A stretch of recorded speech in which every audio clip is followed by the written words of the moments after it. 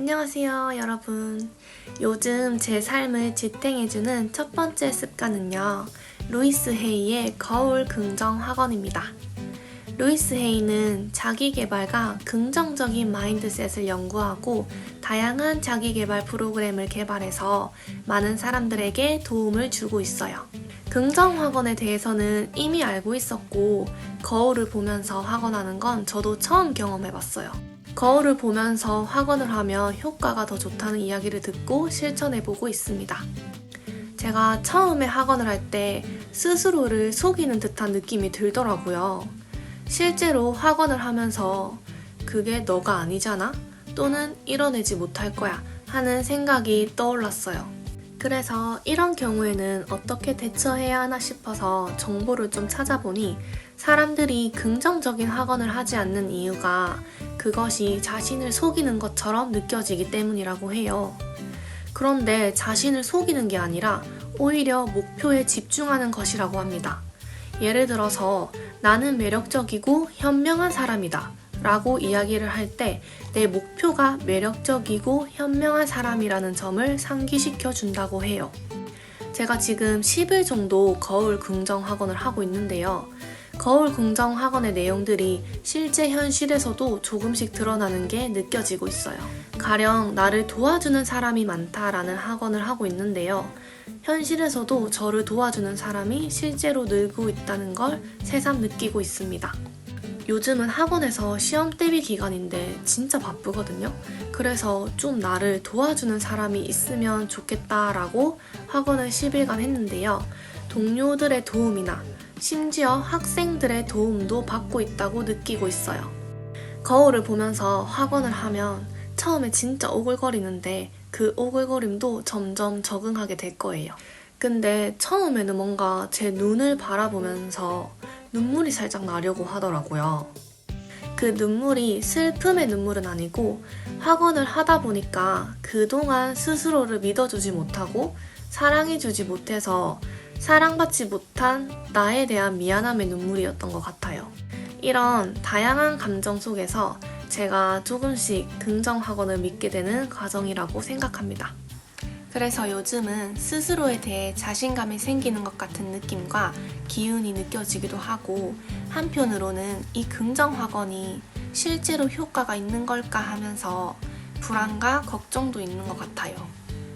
근데 분명한 건 진짜 조금씩이나마 제 삶이 좋은 방향으로 흘러간다는 점은 확실하다 생각해요.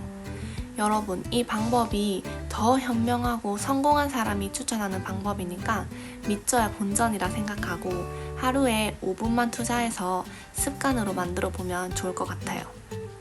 저도 좀 더 꾸준히 해보고 또 한번 공유하는 시간 가져보도록 할게요. 제 삶을 지탱해주는 습관 두 번째는요, 바로 소식하기입니다. 지금 3주 정도 이 습관을 유지하려고 노력하고 있어요. 이 습관을 가지게 된 첫 번째 계기는요. 제가 학원 일을 하는데요. 퇴근하고 집에 오면 저녁 9시 30분이에요. 늦은 시간에 밥을 먹으니까 그게 뱃살이 돼서 바지 지퍼가 잘 안 잠기더라고요. 바지나 치마를 입었을 때 불편함이 있어서 뱃살을 빼기 위함이 첫 번째고요. 두 번째 계기는요, 제가 점점 게을러지는 느낌이 들어서 습관을 좀 바꾸면 좋겠다 싶었어요.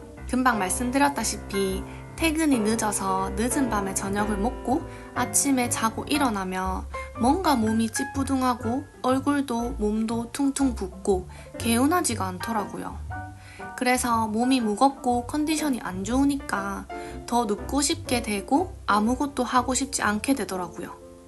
실제로 가식으로 배가 꽉 차면 기가 무거워져서 자연스럽게 졸음이 오고 뇌가 게을러진다고 합니다. 그래서 이대로는 안 되겠다 싶어서 소식을 해보기로 했어요. 소식한 지 10일 차쯤에는 배가 조금씩 홀쭉해지기 시작했습니다. 바지나 치마를 입으면 배 쪽이 답답했는데 점점 편안해지고 있습니다. 밤에 간단하게 감자나 두유, 순두부를 먹고 자니까 다음날 가볍고 개운하게 일어날 수 있게 됐어요. 실제로 음식을 적게 먹으면 몸의 에너지 효율이 올라간다고 해요. 소화에 쓰는 에너지를 다른 곳에 쓸 수 있기 때문입니다. 그래서 소식을 하면 묵힌 피로가 없어지고 몸이 가뿐해지는 효과를 느낄 수 있다고 해요. 그리고 진짜 중요한 것도 있어요. 피부가 맑아지고 좋아집니다. 제가 평소에 위가 안 좋아서 턱이랑 이마 쪽에 좁쌀 여드름이 많이 났었는데 소식하니까 자연스럽게 위가 편안해지고 또 장도 건강해져서 피부까지 점점 맑아지고 있어요. 피지 분비를 활발하게 만드는 것은 지방인데요. 피부 트러블의 원인은 다량으로 분비된 피지 때문이라고 합니다. 피지를 만드는 지방 축적이 소식으로 인해 적어지면서 피지 분비도 줄어들고 그 결과로 피부가 좋아지게 된다고 해요. 그리고 또 좋은 점은 어떤 일을 할 때 좀 더 효율적이고 생산적인 일에 에너지를 쏟을 수 있게 됐어요. 실제로 음식을 많이 먹으면 다량의 음식을 소화시키기 위해 신체의 모든 기관은 바쁘게 일을 한다고 합니다. 세포 형성에 필요한 에너지까지 모두 소화를 시키는 데 쓰게 된다고 해요. 그런데 적게 먹으면 소화를 시키는 데 쓰이는 에너지를 다른 생산적인 일들에 쏟을 수 있게 되는 거죠. 그리고 스스로 음식을 절제하는 행동에서 자신감도 같이 생기고 무언가 해냈다는 성취감까지 맛볼 수 있습니다. 소식은 장점이 정말 많은 습관 중 하나라고 생각해요. 여러분들도 관심 있으시면 우리 같이 소식하는 습관 만들어봐요. 제 삶을 지탱해주는 습관 세 번째는요. 좋아하는 카페에 가서 혼자만의 시간 즐기기입니다. 일주일에 한 번, 바쁘면 2주일에 한 번은 제가 좋아하는 공간에 가서 제가 좋아하는 걸 해요. 예쁜 카페에 가서 맛있는 음료랑 빵을 시키고 여유로운 시간을 보낸답니다. 저는 유독 혼자 있는 걸 좋아하는 것 같아요. 왜일까 생각해보면 평소에는 나에게 시간을 쏟기보단 남들에게 집중되어 있는 시간이 많다고 생각합니다. 제가 다른 사람의 감정을 잘 캐치하고 그 감정이 마치 제 감정인 마냥 느끼는 성향이라 정신적으로 좀 힘들어질 때가 있거든요.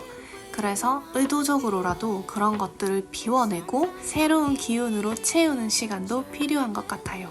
그래서 자연스럽게 혼자만의 시간을 좋아하게 된 것 같습니다. 실제로 내향적인 사람들은 다른 사람들과 함께하는 것으로 인해 에너지가 소모되고 지칠 수 있다고 해요. 이때 혼자 있는 시간을 활용하면서 자신의 에너지를 충전하고 자신만의 관심사와 활동에 집중해서 기분 좋은 시간을 보낼 수 있다고 합니다. 그래서 저는 보통 카페에서 책을 읽거나 창의적인 일을 합니다. 창의적이기 위해선 집중할 수 있고 생산적일 수 있는 환경에 있는 게 중요하다고 생각해요. 제가 생각하기엔 저는 기상 직후 2시간? 카페에 있는 시간이 가장 집중이 잘 되고 생산적일 수 있게 돼요. 실제로 유튜브를 편집할 때 주로 카페에서 한답니다. 카페에는 다양한 사람들이 왔다 갔다 하잖아요.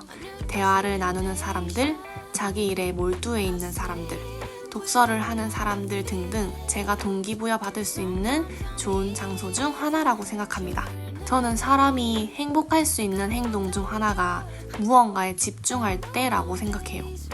어떤 일에 집중한다는 건 그 일에 빠져서 다른 생각을 하지 않는다는 뜻이기도 하잖아요. 불필요한 에너지를 사용하지 않고 오로지 나한테 집중하는 데서 오는 행복감이 있는 것 같습니다. 그리고 혼자 있는 시간을 못 견뎌 하거나 어려워하는 분들도 계시더라고요. 사실 저도 5, 6년 전에는 혼자 있는 것에 대한 두려움이 있었어요. 외로움을 잘 타서 혼자서 뭔가를 하는 걸 어려워했답니다. 그런데 제가 어느 순간 성장하고 싶은 마음이 들었어요. 성장하려면 아무래도 혼자서 고독한 시간을 보내고 견뎌내야 하잖아요.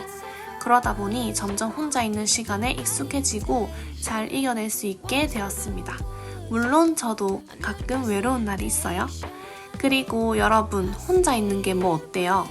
혼자 밥 먹을 수 있고 혼자 카페에 갈 수 있죠. 남들 눈치 볼 필요 없어요. 어차피 남들은 남한테 그렇게 관심이 없답니다. 그래서 저는 의도적으로라도 혼자만의 시간을 만들고 저를 보살피며 살아가려 노력하는 것 같아요. 특별해 보이진 않지만 이런 습관들이 점점 쌓여서 좀 더 단단한 제가 되는 것 같습니다. 혼자만의 시간이 필요하거나 이런 습관을 만들고 싶은 분들에게 추천드릴게요. 머지않아 지금보다 더 나은, 더 건강한 삶을 살아가실 거라 생각합니다. 제 삶을 지탱해주는 마지막 습관은요. 바로바로 제가 가장 좋아하는 감사노트 작성하기입니다. 저는 감사노트를 2019년 1월달부터 작성하기 시작했어요. 제 인생의 치트키가 뭐냐고 물으면 감사노트라고 할 정도로 저는 감사노트의 힘을 믿고 또 사랑합니다. 감사노트를 쓰면서 느낀 건 우리가 생각보다 감사할 일들이 많다는 것이었어요. 진짜 별거 아닌 것들을 감사하게 생각하면 별거 아닌 게 아니게 되더라고요. 가령 오늘 하루가 주어짐에 감사하고, 튼튼한 지붕 아래 편하게 잠을 잘 수 있음에 감사하고, 부모님이 건강하고 예쁘게 낳아주셔서 감사하고 등등.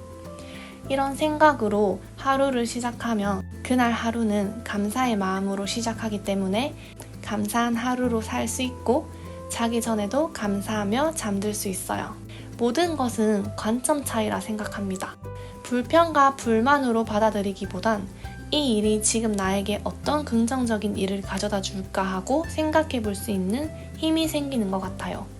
오늘 저의 일화를 말씀드리면 제가 자전거를 타고 출근을 했는데 퇴근할 때쯤 비가 많이 오더라고요.